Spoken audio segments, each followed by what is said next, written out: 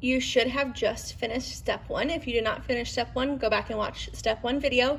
We are now moving on to step 2. So we are now at the ironing board. We have our sewn edge at the top and our fold at the bottom. And we're gonna wanna open this up so that the seam is in the center. So this is gonna look a little different, but I'm gonna rotate my fabric until my seam, I'm gonna scoot down a little bit, until my seam gets to the center. So you're gonna create 2 new creases on the top and the bottom. You want to get this as close to the center as possible. And then, just like we did with our sewing sample for the seam, if you remember, we pressed our seam allowance open and flat. We're going to do that exact same thing here. So I'm going to go ahead and start to open up my seam allowance, and that's where we're going to get our new crease at the top and at the bottom.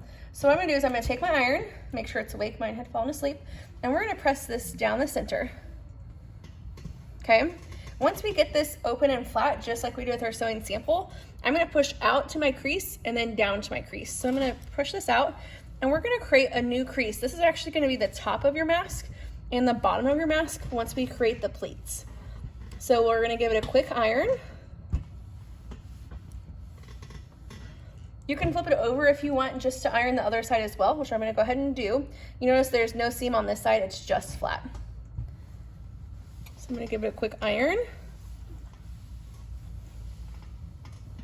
And then this is what we're good to go for step 2. So give it an iron, and then once you're done, you can move on to step 3.